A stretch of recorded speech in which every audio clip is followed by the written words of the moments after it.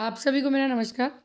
आज हम कर रहे हैं civics class 8 next chapter importance and principles of secularism. Indian constitution यानी जो हमारा संविधान है वो अप्लाई किया गया 26 जैन 1950। बहुत सारी गाइडलाइंस जो हैं वो फाइनलाइज की थी इस संविधान को लागू करने के लिए। Constitution of every country has some basic principle यानी हर देश के संविधान में बेसिक रूल्स रेगुलेशंस होते हैं। चाइनीज़ कॉन्स्टिट्यूशन जो है वो कम्युनिज्म पे बेस्ड है, अमेरिकन लिबरल कैपिटलिज्म पे बेस्ड है, और इंडियन कॉन्स्टिट्यूशन जो है वो किसी एक पर्टिकुलर पर बेस्ड ना होकर हमारे डिफरेंट बेसिक प्रिंसिपल पर बेस्ड है। यानी बहुत सारे देश ऐसे हैं जिनका मेन एक ही बेस है, बट हमारी कंट्री का जो कॉन्स्टिट्यूशन है, संविधान है, उसके कई बेसिक प्रिंसिपल्स हैं। एक बेसिक प्रिंसिपल इनमें से है सिक्योलरिज्म। जो मेन रीज़न है इसका हमारी कंट्री का वो है स्लेवरी, गुलाम। उसके कारण सिक्योलरिज्म रखा गया। सिक्योलरिज्म का मतलब है कि सभी धर्म जो हैं वो बराबर हैं। पहले गुलामी के समय में सभी धर्मों को बराबर नहीं माना जाता था। हमें इसके कारण जो कास्ट डिस्क्रिमिनेशन है इसकी बुराई का सामना करना पड़ता था। जितने भी क्रिश्चियनिटीज़ हैं वो मेन रिलीजन था उस टाइम पर, और जो बाकी धर्म है वो हमारे देश का हिस्सा नहीं माने जाते थे। बट पार्टीशन के बाद सबसे पहला काम सिक्योलरिज्म का किया गया। यहाँ पर communal riots, murder, fights over religion और उसके अलावा प्री इंडिपेंडेंट इंडिया ये डिवाइड किया गया अलग अलग धर्मों को लेकर। इसमें more important incorporate secularism in our constitution, यानी सबसे ज़्यादा ध्यान इसी बात का रखा गया कि संविधान में सभी धर्मों को बराबर माना जाए। इन सर्कमस्टेंसेस के अंडर जो संविधान बनाने वाले थे उन्होंने इस बात का ध्यान रखा और सिक्योलर कंट्री यानी जिस देश में सभी धर्म बराबर हो ऐसा देश बनाने की कोशिश की।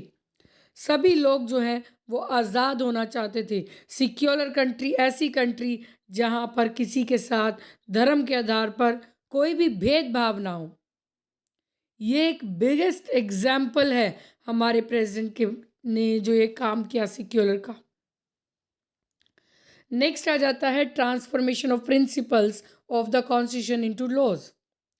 संविधानों के जितने भी बेसिक प्रिंसिपल्स थे उन्हें कानून में बदला गया। जो प्रियम्बल है संविधान का उन्होंने शुरुआत में ये सभी बेसिक प्रिंसिपल्स को इंक्लूड किया है। प्रियम्बल एक बेसिक चीज़ है जो हमें पूरे संविधान को एक्सप्लेन करके बताती है।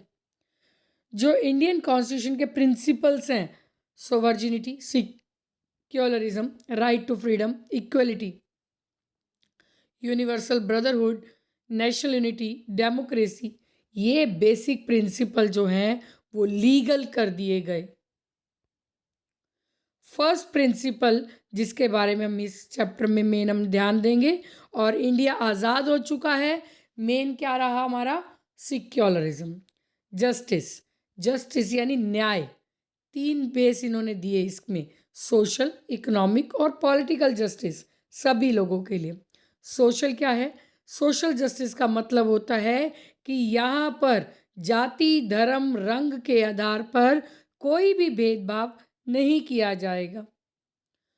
कॉन्स्टिट्यूशन के थर्ड चैप्टर में first fundamental right, right to equality, article number 14 to 18 सभी भेदभाव खत्म कर दिए गए।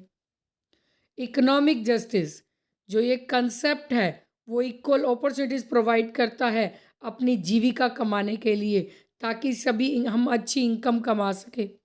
हर इंडिविजुअल को अधिकार है कि वो अपनी इनकम कमा सके। जो ये प्रिंसिपल हैं वो आर्टिकल 36 से 51 में इंक्लूड किए गए हैं इकोनॉमिक जस्टिस के। नेक्स्ट आ जाता है हमारे पास पॉलिटिकल जस्टिस। जो कंसेप्ट है पॉलिटिकल जस्टिस का, ये हमें प्रोवाइड करता है पॉलिटिकल राइट्स सभी को बिना किसी भेदभाव के दिए जाएं। पहला वोट डालने का अधिकार दिया जाए। दूसरा, चुनाव में खड़े होने का अधिकार दिया जाए। तीसरा, सरकारी दफ्तर में जाने का अधिकार दिया जाए। चौथा, गवर्नमेंट के अगर कोई गलती है उसको क्रिटिसाइज करने का अधिकार, राइट। उसके अलावा पॉलिटिकल पार्टीज बनाने का अधिकार, और अगर कोई हमारे अधिकारों के खिलाफ डालता है करता है कुछ, तो उसके खिलाफ पिटीशन डालने का अधिकार। नेक्स्ट आ जाता है फ्रीडम। प्रियम्बल में जो कॉन्स्टिट्यूशन है वो एक्सप्रेस करता है हमारी सोच को, विश्वास को, वर्शिप को, जिसमें हम आज़ादी चाहते हैं, अपने फंडामेंटल राइट्स को सिक्योर करना चाहते हैं। हर सिटीज़न जो है वो अप्रोच करता है ताकि हमारे अधिकार सुरक्षित रहें। Next, equality. 14 से 18 इंडियन कॉन्स्टिट्यूशन जो है इसमें सभी को इक्वल बताया गया है। कानून की नज़र में सभी बराबर हैं। सभी जो टाइटल दिए गए थे, डिफेंस टाइटल वगैरह, वो सब ख़त्म कर दिए गए।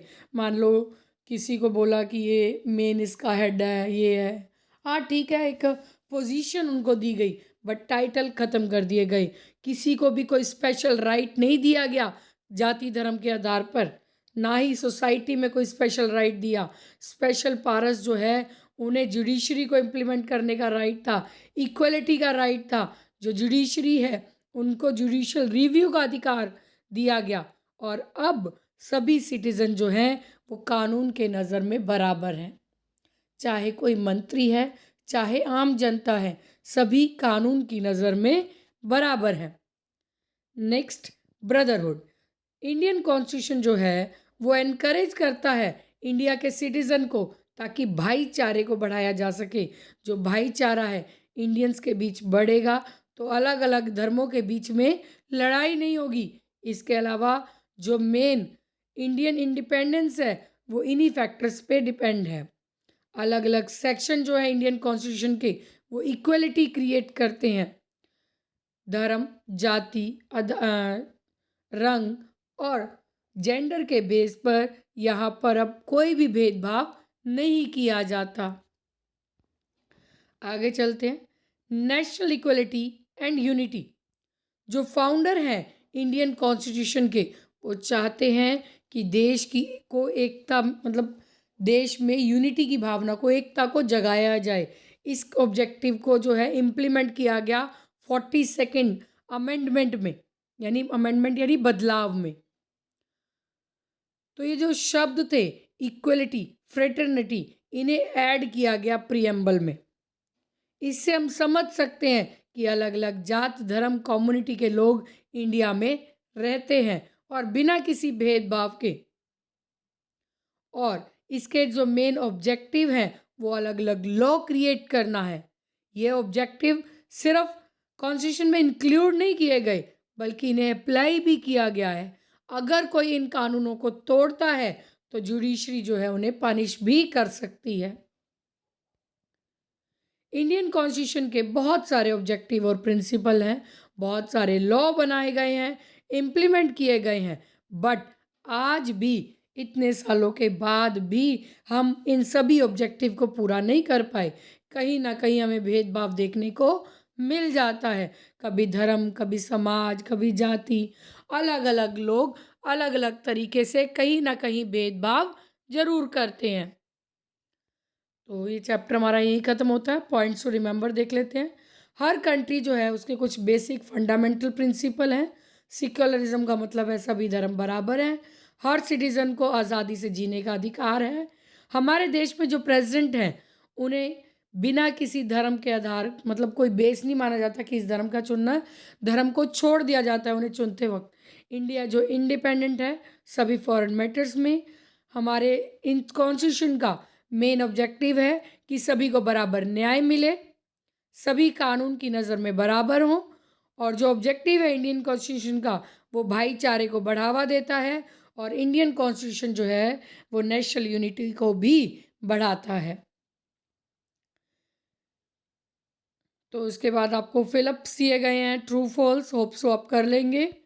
अगर कोई डाउट, अगर आपको किसी क्वेश्चन में लगता है तो आप कमेंट सेक्शन में कमेंट करके पूछ सकते हैं, आपके सभी कमेंट्स क्लियर किए जाएँगे। और हमारी वीडियोज़ को आगे इसी तरह से देखने के लिए हमारे चैनल को लाइक, शेयर और सब्सक्राइब ज़रूर करते रहिए। Thank you. Bye bye.